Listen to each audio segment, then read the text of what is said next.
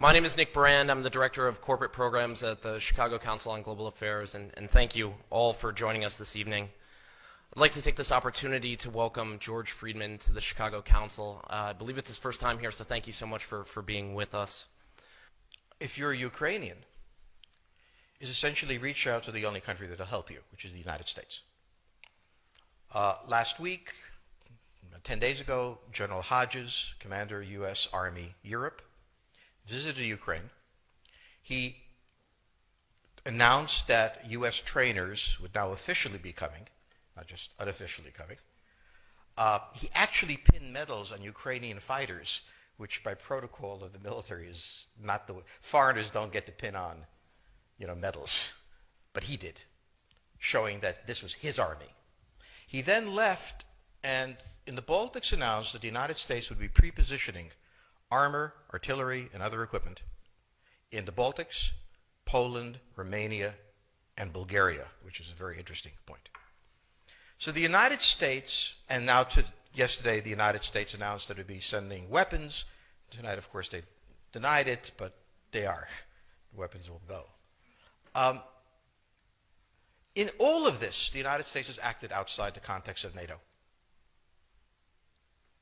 Because NATO has to have a 100% vote. Any one country can veto anything. And the Turks will veto it just for giggles. The point is that the United States is prepared to create a cordon sanitaire around Russia. Russia knows it. Russia believes that the United States intends to break the Russian Federation. I think that, as Peter Lorre put it, we don't want to kill you, we just want to hurt you a little bit. Either way, we are back in the old game. And if you go ask a Pole or a Hungarian or a Romanian, they live in a totally different universe from a German. And they live in a totally different universe from a Spaniard. So there is no commonality in Europe. But if I were a Ukrainian, I would do exactly what they're doing. Try to draw the Americans in. It looked like. No place is really Pacific for very long. I mean, neither the United States, we have constant wars, okay? Europe will, I suspect, not return to the 31 years, but it will return to humanity. They will have their wars, they will have their peace, they will live their lives. It will not be 100 million dead, but the idea of the European exceptionalism, I think, is the one suffering the first death. There will be conflict. There was conflict in Yugoslavia, and there's certainly conflict now in Ukraine. As to the relationship to the United States, we no longer have a relationship with Europe. We have a relationship with Romania, we have a relationship with France. There is no Europe to have a relationship with. Yes, the gentleman in the fourth row over here. Excuse me. By the way, I'm a subscriber. Thank you. Is Islamic extremism really the major threat to the United States, and will it die on its own, or will it keep growing? It is a problem to the United States. It is not an existential threat. It has to be dealt with, but it has to be dealt with proportionately. We have other foreign policy interests. So, the primordial interest of the United States, over which for a century we have fought wars, the First, Second Cold War, has been the relationship between Germany and Russia, because united they are the only force that could threaten us, and to make sure that that doesn't happen. The United States has a fundamental interest. It controls all the oceans of the world. No power has ever done that. Because of that, we get to invade people and they don't get to invade us. It's a very nice thing. Maintaining control of the sea and control of space is the foundation of our power. The best way to defeat an enemy fleet is to not let it be built. The way the British managed to make certain that no European power could build a fleet was to make sure the Europeans are at each other's throats. The policy that I would recommend is the one that Ronald Reagan adopted toward Iran and Iraq. He funded both sides so they would fight each other and not fight us. This was cynical. It was certainly not moral. It worked. And this is the point. The United States cannot occupy Eurasia. The moment the first boot sets the ground, the demographic differential is we are totally outnumbered. We can defeat an army. We cannot occupy Iraq. The idea that 130,000 men would occupy a country of 25 million, well, the ratio in New York of cops to citizens was greater than we had deployed in Iraq.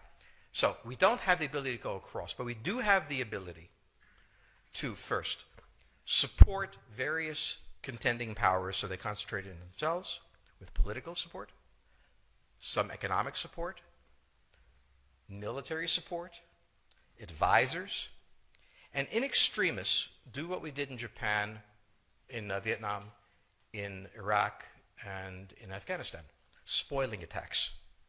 The spoiling attack is not intended to defeat the enemy. It's intended to throw him off balance. What we did in each of these wars, in Afghanistan, for example, is we threw Al-Qaeda off balance. The problem we have, since we're young and stupid, is that having thrown them off balance, instead of saying, okay, job well done, let's go home, we said, well, that was easy. Why don't we build a democracy here? This was the moment of dementia that came in. The answer, therefore, is the United States cannot constantly be intervening throughout Eurasia. It must be selectively intervening and very rarely. That is the extreme moment. We cannot, as the first step, send American troops. And when we send American troops, we have to clearly understand what the mission is, limit it to that, and not develop all sorts of psychotic fantasies. So hopefully we've learned that this time. It takes a while for kids to learn lessons. But I think you're absolutely right. We cannot, as an empire, do that. Britain didn't occupy India. It took various Indian states and turned them against each other and provided some British officers for an Indian army. The Romans did not send vast armies out there. It placed kings like, various kings it created under the emperor, and those kings were responsible for maintaining the peace. Pontius Pilate was an example. So empires that are directly governed by the empire, like the Nazi Empire, fail. No one has that much power. You have to have a level of cleverness. However, our problem is not yet that. It is actually admitting that we have an empire. So we haven't even gotten to that point where we don't think we can kind of go home and it'll be over and done. And so we're not even ready for chapter 3 of the book. The question on the table for the Russians is, will they retain a buffer zone that's at least neutral? Or will the West penetrate so far in the Ukraine that they're 70 miles away from Stalingrad and 300 miles away from Moscow?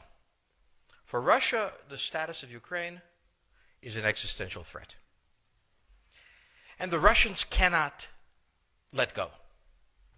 For the United States, in the event that Russia holds onto the Ukraine, where will it stop? Therefore, it's not an accident that General Hodges, who's been appointed to be blamed for all of this, is talking about prepositioning troops in Romania, Bulgaria, Poland, and the Baltics.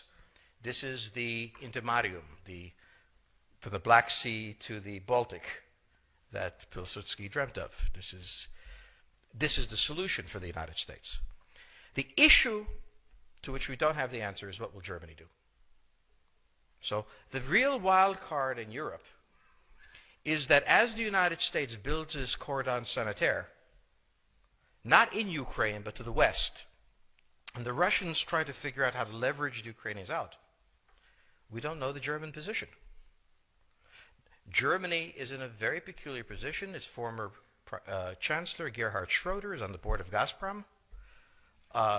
They have a very complex relationship to the Russians. The Germans themselves don't know what to do. They must export. The Russians can't take up the export. On the other hand, if they lose the free trade zone, they need to build something different. For the United States, the primordial fear is Russian capital, Russian technology, German technology and German capital, Russian natural resources, Russian manpower, as the only combination that has for centuries scared the hell out of the United States. So how does this play out? Well, the U.S. has already put its cards on the table. It is the line from the Baltics to the Black Sea. For the Russians, their cards have always been on the table. They must have at least a neutral Ukraine, not a pro-Western Ukraine. Belarus is another question. Now, whoever can tell me what the Germans are going to do is going to tell me about the next 20 years of history. But unfortunately, the Germans haven't made up their mind. And this is the problem of Germany always. Enormously economically powerful, geopolitically very fragile, and never quite knowing how to reconcile the two. Ever since 1871, this has been the German question, the question of Europe. Think about the German question, because now it's coming up again. That's the next question that we have to address. And we don't know how to address it. We don't know what they're going to do. And unfortunately, that's all we have time for this evening.